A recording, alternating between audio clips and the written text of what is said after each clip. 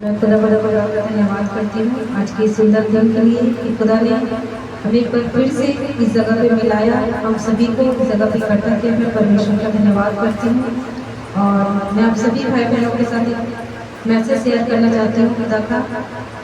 आइए हम प्रार्थना करेंगे। उससे पहले खुदा हम तेरा धन्यवाद करते हैं पिता आज के इस दिन के लिए पिता कि आप हम सबको इस जगह पे इकट्ठा किया। प्रभु यीशु मसीह धन्यवाद करते पिता इस सुंदर समय के लिए पिता इस जगह पे बोलने वाले मैंने खुदा आपका आत्मा इस जगह पे बोले खुदा परमेश्वराचार हम आपका धन्यवाद करते पिता इस जगह पे तेरे आत्मा की जुम्बस को मांगते खुदा।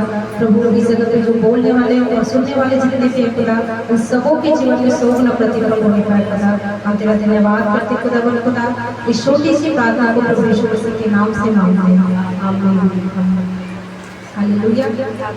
आइए हम एक वचन को देखेंगे यहाँ पे कि खुदा ने हमें एक जगह पे बताया है कि सकरा और चौड़ा बनाना। तो हम मत्ती 7 का देखेंगे 13 और 14 का। मत्ती 7 अध्याय उसका 13 और 14 वचन।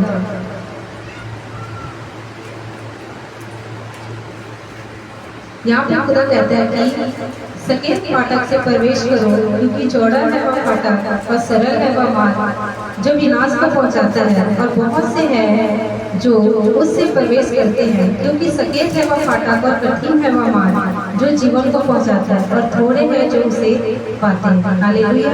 यहाँ पे प्रभु यीशु मसीह साहब बोल रहे कि मतलब सकेत फाटक से प्रवेश करो क्योंकि चौड़ा है वह फाटक। देखो बहुत से ऐसे भाई बहन है बहुत से ऐसे मसीह लोग हैं जो इन चीजों में मतलब कि वो करते विश्वास करते कि हम कहाँ कब किससे मिले ये ऊपर वाला तय करता है। ऊपर वाले का मतलब वो तो ऊपर आकाश और आकाश में वहाँ रहता है शैतान।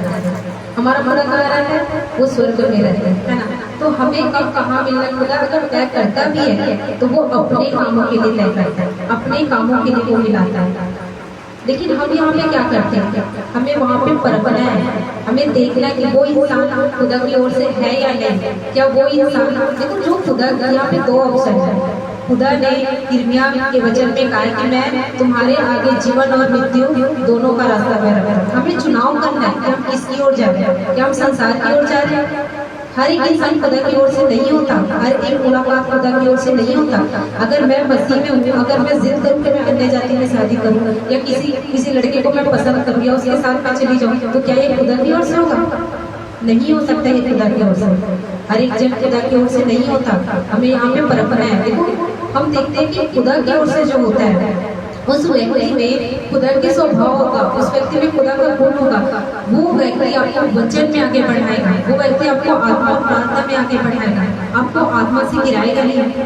और जो खुदा की ओर से जो रिश्ता होता है ना उसको मसीह भाई बहन आज के डेट में वो बिगाड़ देते हैं।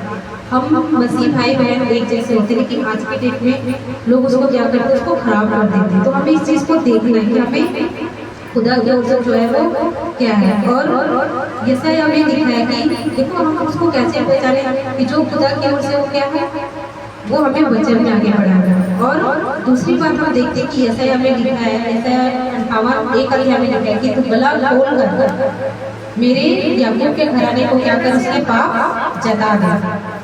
तो वहाँ पे परमेश्वर क्या कह रहा है उसके पाप को जता। तो जो खुदा की ओर से होता है ना वो हमारी गलतियों को देखकर हमें ऐसे ही हमें और बढ़ावा नहीं देगा। वो हमारी गलती देखकर हमें डांटेगा वचन से। वो हमें रोकेगा टोकेगा और खुदा में आगे बढ़ाएगा। वो खुदा की ओर से जो होता है वो हमारे मुंह पे करके बताएगा हमारे पीठ पीछे नहीं हमारे सामने बताएगा। और हम यहाँ पे देखते हैं कि जब खुदा ने बोला कि सकेत फाटक से प्रवेश करो क्योंकि चौड़ा है वह फाटक और सरल है वह मार्ग जो कहाँ जाता है विनाश की ओर जाता है। तो और क्या बोला क्योंकि सकेत है वह फाटक और कठिन है वह मार्ग जो जीवन को पहुंचाता है। तो हम यहाँ पे देख सकते हैं कि जो हमारे जीवन में आता है वो हमें खुदा की ओर से जो मिलता है ना वो क्या करता है वो हमारे मुंह पे क्या करता है वो हमारे पापों को बताता है। अगर आज हम मसीह भाई बहनों में कोई एक अगर गलती कर रहा है और हमें उसका मतलब कि हम देख रहे हैं कि वो गलत है हम बाइबल से देख रहे हैं खुदा बोल रहे हैं कि तुम उसे बता वो गलत कर रहा है और हम नहीं बताएंगे तो क्या न्याय के दिन हम खुदा आपसे लेखा नहीं लेगा। हमारा न्याय करेगा ना वो पूछेगा ना कि जब तुझे मैं बोला था कि वो गलत कर रही थी या वो गलत कर रहा था फिर तूने क्यों नहीं बताया। तो वहाँ पे क्या जवाब देंगे नहीं खुदा उसको बुरा लग जाता है। यहाँ पे नहीं देखना, हमें उसके शारीरिक जीवन को नहीं, उसके आत्मिक जीवन को देखना, उसके आत्मा को बचाना है।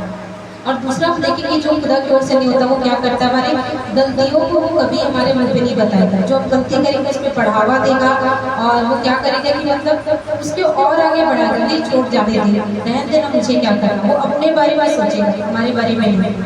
और वो क्या करेगा, वो कभी वचन से बात नहीं करेगा, वो हमेशा इधर उधर की बातें, यहाँ से वहाँ ये करना, संगति करना, इधर जाना उधर जाना, ये क्या क्या खुदा की ओर से नहीं है। तो यहाँ पे इसीलिए बोला कि कौन से मार्ग से प्रवेश करो, सकेत फाटक से जो कठिन है। और यहाँ हम देखेंगे कि प्रेतों के काम 14:22 में लिखा है कि हमें क्या करना है, दुख उठाकर हमें उसमें प्रवेश करना है। खुदा ने हमें दुख उठाकर प्रवेश करने के लिए लिखा है। वो मार्ग कठिन है, लेकिन वो कठिन तब लगेगा जब हम अपनी मेहनत से शारीरिक रीति से हम जाएंगे। लेकिन अगर हम खुदा के साथ संगति में चलेंगे, खुदा के वचनों में चलेंगे, उसके आज्ञाओं में चलेंगे, तो वहाँ पे वो कठिन नहीं है उसके मार्ग।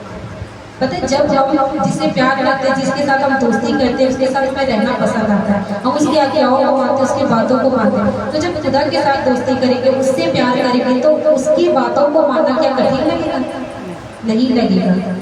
तो हमें इन चीज़ों में देखना है कि खुदा जो हमें देता है हमें उसको थाम के रखना हो। लेकिन कैसे थाम के रखना है? खुदा के वचनों से, उसकी आज्ञाओं से, उसकी पवित्रता से, उन रिश्तों में पवित्रता रखना है ना।